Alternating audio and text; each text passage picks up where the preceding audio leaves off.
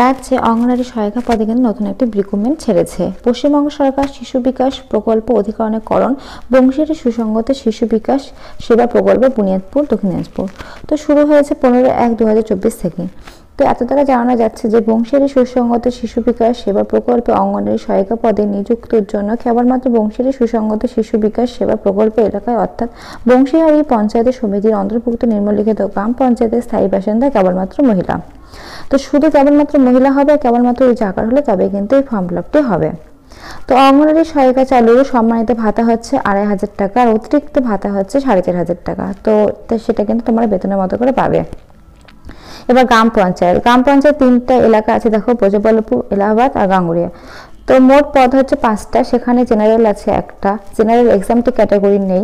তারপরে হচ্ছে আছে দেখো এসসি দেখো আছে 2টো, এরকম করে কিন্তু সব ক্যাটাগরি ওয়াইজে কিন্তু সবগুলো ভাগ ভাগ করা আছে। তো সেই হিসেবে কিন্তু তোমরা দেখে বুঝতে পারবে যে তোমরা যদি জেনারেল হও তাহলে কয়টা পদ আছে, ওবিসি হও কয়টা পদ আছে। তো এখানে আবার নিচে দেখবো যে কি কি বিষয় আমাদের জানা দরকার এই ফর্মটি ফিল আপ করার জন্য। তো সেই বিষয়গুলো কিন্তু এখন আমরা একবার পড়ে নেব।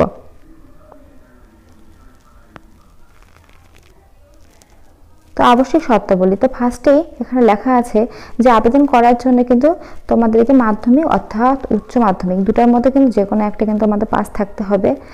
এর বয়সসীমা হবে মোটামুটি 18 থেকে 35-এর মধ্যে, 18 থেকে 35-এর মধ্যে হলে কিন্তু তুমি এটার জন্য অ্যাপ্লাই করে দিতে পারো। আর সেখানকার উপযোগী তোমাদেরকে হতে হবে যে এলাকা ভিত্তিক, অর্থাৎ বুনিয়াদপুরে যদি সেখানকার তুমি হও তাহলে সেখান থেকে কিন্তু তুমি এটা করতে পারবে।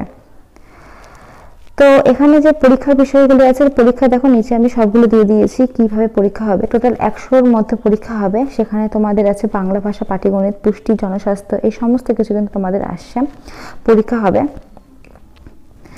আর তোমাদের ওই জায়গার যে ওই পঞ্চায়েতের কিনা সেই পঞ্চায়েত কিন্তু নির্বাচন করার জন্য তোমাদের কিন্তু একটা আইডেন্টি কার্ড লাগবে। সেটা ভোটার কার্ড হতে পারে, আধার কার্ড হতে পারে, যে কোনো কার্ডটি তোমাদেরকে কিন্তু ওই এলাকা ভিত্তিক তোমাদের প্রমাণপত্র দিতে হবে।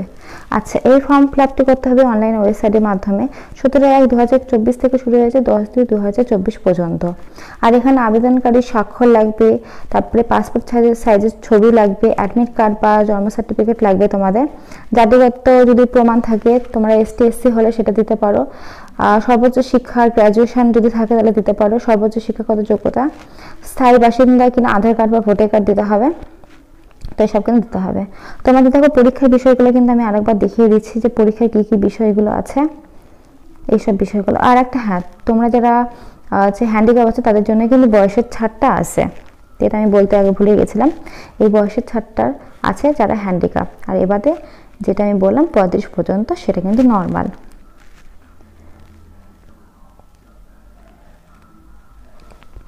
তো এইসব বিষয়গুলো থেকে কিন্তু তোমরা খুব ভালো করে কিন্তু জিনিসগুলো ভালো করে বুঝতে পারবে, ভালো করে পড়তে পারবে। তোমরা যদি মনে করো যে ফর্ম ফিল-আপটি তোমরা করবে তাহলে অবশ্যই কিন্তু আমি ডেসক্রিপশনে লিঙ্ক দিয়ে দেবো, সেখান থেকে নিয়ে কিন্তু তোমরা ফর্মটি ফিল-আপ করতে পারো। তো ফ্রেন্ডস, আজকের এইটুকুই ভিডিও ছিল। তো আমার ভিডিওটা ভালো লাগলে অবশ্যই লাইক, কমেন্ট, শেয়ার, সাবস্ক্রাইব করে দিও। আর এই ধরনের নতুন নতুন কিন্তু ভিডিও পেতে অবশ্যই কিন্তু আমার চ্যানেলটা সাবস্ক্রাইব করে রেখো। আর আমি ডেসক্রিপশনে লিঙ্ক দিয়ে দেবো, তোমরা কিন্তু যদি যে পারবে শেষে কিন্তু ফর্ম ফিল-আপটি করো। Thank you.